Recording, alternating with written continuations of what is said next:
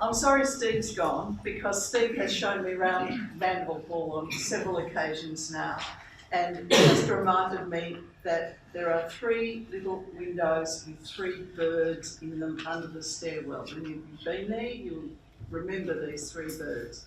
I think it's a parrot, a kookaburra and a magpie. And they're basically 19th century work, and I commented on this and said, gee, they're beautifully painted birds. And he told me quietly that in fact the magpie was new. One of the nuns was a Collingwood supporter.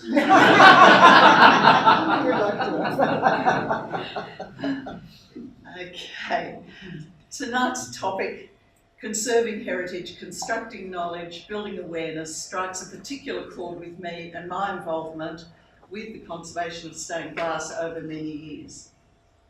Unlike so many presenting as part of this series who completed their ISSI fellowships only recently, preparation for tonight's talk has allowed me to look back 25 years, almost to the very beginning, to the state of architectural glass conservation as it was in the 1990s, to reflect on changes that have happened since, and to make some assessment on what challenges are ahead for this small but vital aspect of our historic environment.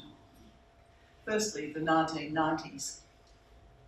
A number of cultural shifts in the landscape brought new thinking to Melbourne in the decades after the Second World War. An upsurge of interest in what were generally termed the crafts, pottery, weaving and stained glass among them, was revived and reinvented by a new generation of craftsmen and women. New educational opportunities in the arts, vastly assisted by the removal of tertiary fees, and I was a recipient, coincided with the awareness led by environmental groups and the National Trust that Melbourne was destroying much of its 19th century architecture in its rush to be a modern city.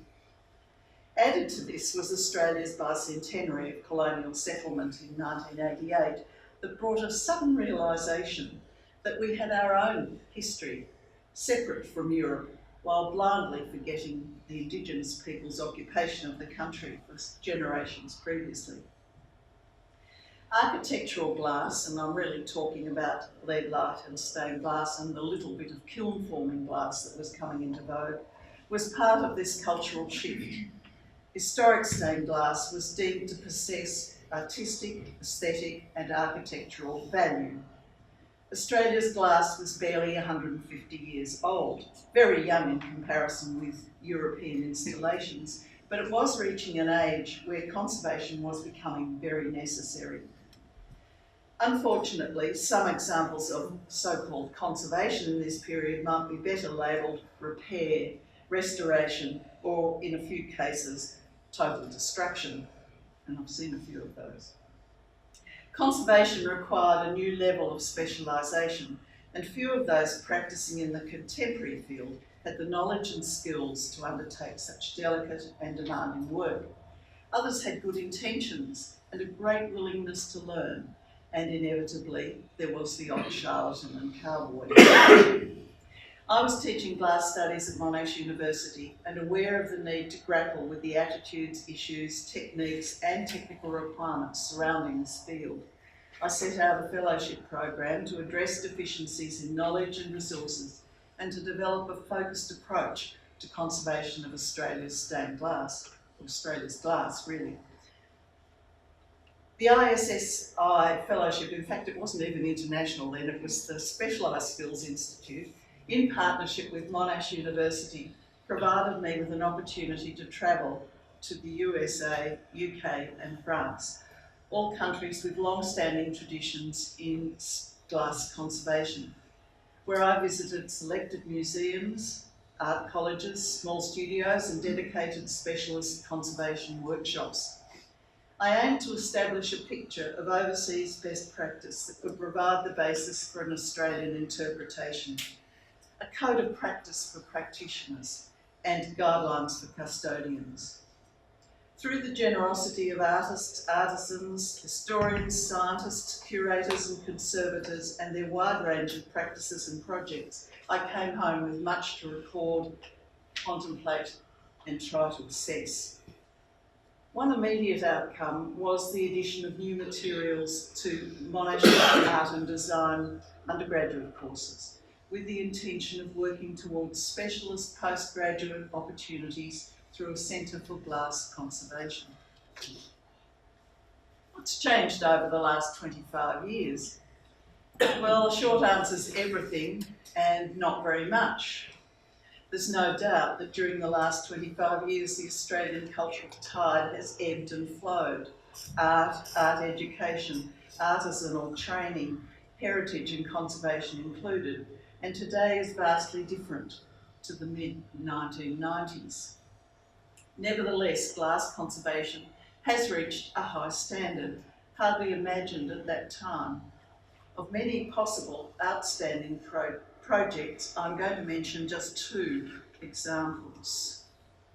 One you've already seen, because I dropped the thing. Sneak preview. Here you see a window that this year, or part of a window, that this year celebrated its 115th birthday, a memorial to a young trooper killed in the South African Boer War. When I first saw it, lying on a cobbled stable floor, it had been lost for 80 years, was unwanted by its present custodians, current custodians at that time, and there was not much hope of its salvation.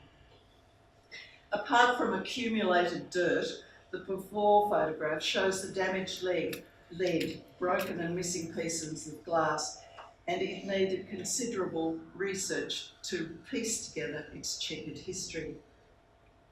Through a dedicated team, Victorian Government and Copland Foundation grants, and a rigorous conservation plan and process, the window was installed in new galleries at the Shrine of Remembrance, where it provides a segue from the colonial wars through to the First World War.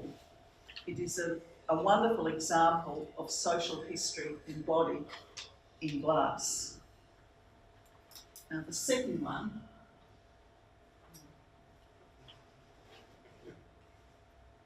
go to the third one. That one hit the cutting room floor, it was too long. Okay. Earlier, I mentioned the demolition of 19th century buildings to make way for modern Melbourne. One such loss was Clevedon, in East Melbourne, the 1880s town mansion of Sir William and Janet Lady Clark that was replaced by the brown brick Hilton Hotel on Wellington Parade. A few of the mansion's surviving fittings were relocated in the hotel's aptly named Clevedon Room, including this spectacular window that had previously welcomed guests as they ascended the staircase to reception rooms on the first floor. What a welcome. Mounted in a light box though at the hotel, and some lights were out when I photographed it, which is a perpetual problem, and a plaque proudly announced its history, shipped from Italy with a team of Florentine craftsmen to work on the fittings. In fact, in 1887, Sir William ordered the glass from an English firm, James Powell and Sons, of Whitefriars, London, at a cost of £97. The welcome window, though, was removed once again when the Hilton, now the Pullman Hotel, underwent refurbishment only recently, and it seemed as if it would be lost. But once more it was rescued from oblivion by a benefactor this time. After months of conservation, it is now on permanent display at the National Gallery of Victoria, a potent reminder of the boom period we remember as Marvellous Melbourne. More importantly, with this new addition, the NGV, Victoria's foremost art museum, publicly announces its recognition of 19th century stained glass among its significant artworks. But what lies of the future?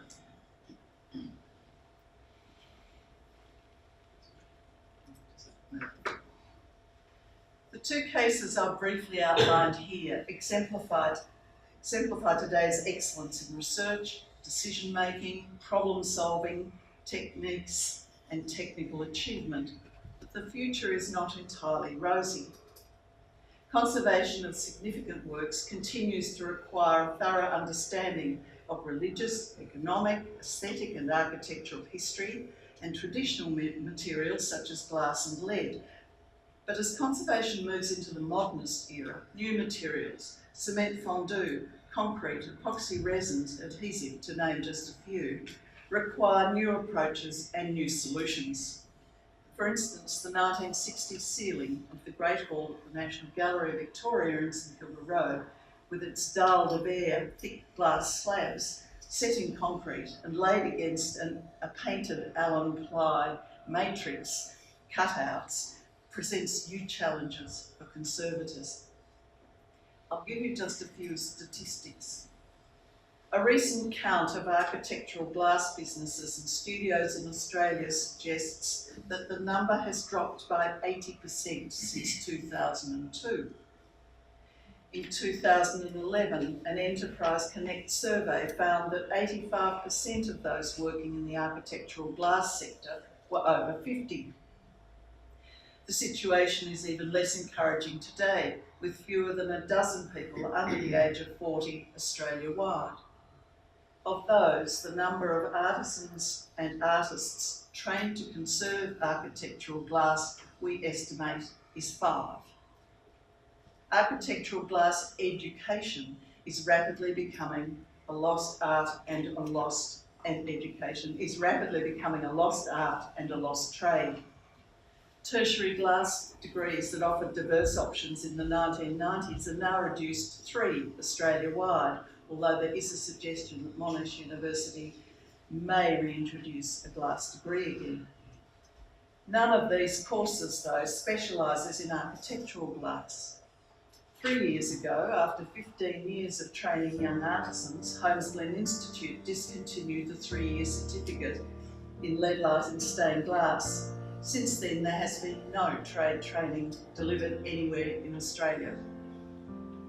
There are, however, some signs of life, and the corpse is not yet cold. This year, with the advocacy of Glass Inc., the Australian Glass and Glazing Association and other allied organisations, the Certificate 3 trade qualification was fully reviewed and rewritten to reflect educational and sector needs for the future.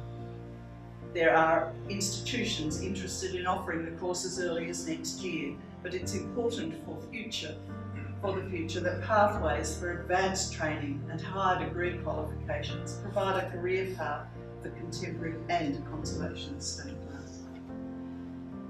glass. Right now, Australia needs advocates like the National Trust and ISS Heritage Skills Initiative, and you who are dedicated to conserving our heritage. Without the commitment, it is hard to imagine what the cultural landscape may look like in another 25 years. Thank you.